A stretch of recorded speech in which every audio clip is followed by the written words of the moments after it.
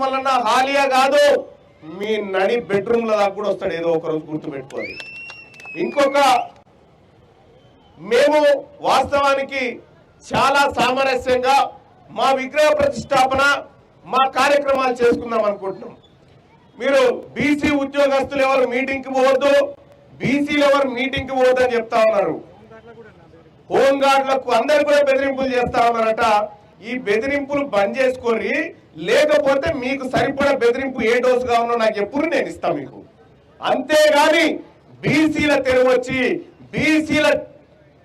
బీసీలను బెదిరించుకుంటా బీసీలతో పబ్బం గడుపుకోవాలని చూస్తే రేపు పొద్దుగాల మీ రాజకీయ బొచ్చెలో ఒక్క ఓటు కూడా పడది. ఇలా పార్వతమ్మ ఒక వైశ్య బిడ్డ ఇక్కడ మున్సిపల్ చైర్మన్ గా ఉంటే ఆమెకో న్యాయం జరిగింది, ఆమెకు అన్యాయం చేస్తారు మీరు. ఇలా నేను వైశ్య సోదరులకు కూడా చెప్తా ఉన్నా, సోదరులారా మీరు బీసీలతో కలిసి రండి, మీరు ఖచ్చితంగా మీ రాజకీయ వాటాను పొందుతారు. పేద అగ్రవర్ణాల పేదలారా మీకు రావాల్సిన వాటా ఖచ్చితంగా బీసీల ద్వారానే సాధ్యమవుతుంది. కానీ ఇవాళ నేను ఒక మాట చెప్తా ఉన్నా, జానారెడ్డి గారు కొన్ని రోజుల పాటు ఇక్కడ ఎమ్మెల్యేగా మంత్రిగా పనిచేసిండు. ఒక కొత్త రెడ్డి బిడ్డకిద్దామనేటువంటి ఆలోచన ఏదో రాలే ఉంటే ఆయన, లేకపోతే ఆయన కొడుకులే ఉండాలనేటువంటి ఉద్దేశం వాళ్ళకు ఉండొచ్చు. మేము కాదంటాం, మీకుంటే ఉండొచ్చు. కానీ మా వాటా ఏందనే విషయం కూడా మేము ఖచ్చితంగా అడుగుతామన్న విషయాన్ని తెలియజేస్తా ఉన్నాం.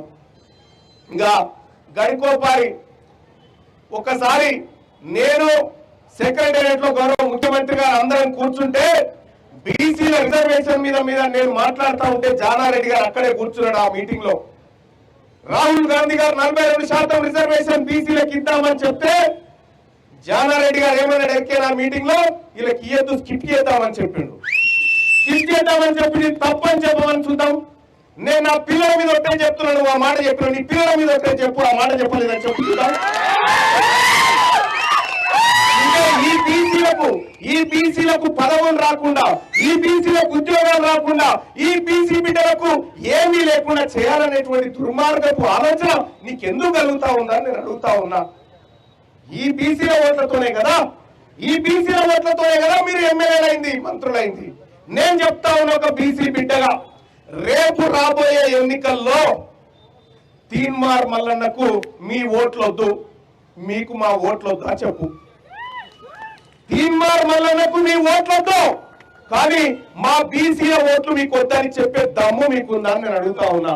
అందుకోసమే సోదరులారా, ఇక చాలా సార్లు కూడా బీసీ ఉద్యోగస్తులకు అన్యాయం జరుగుతూ ఉంది.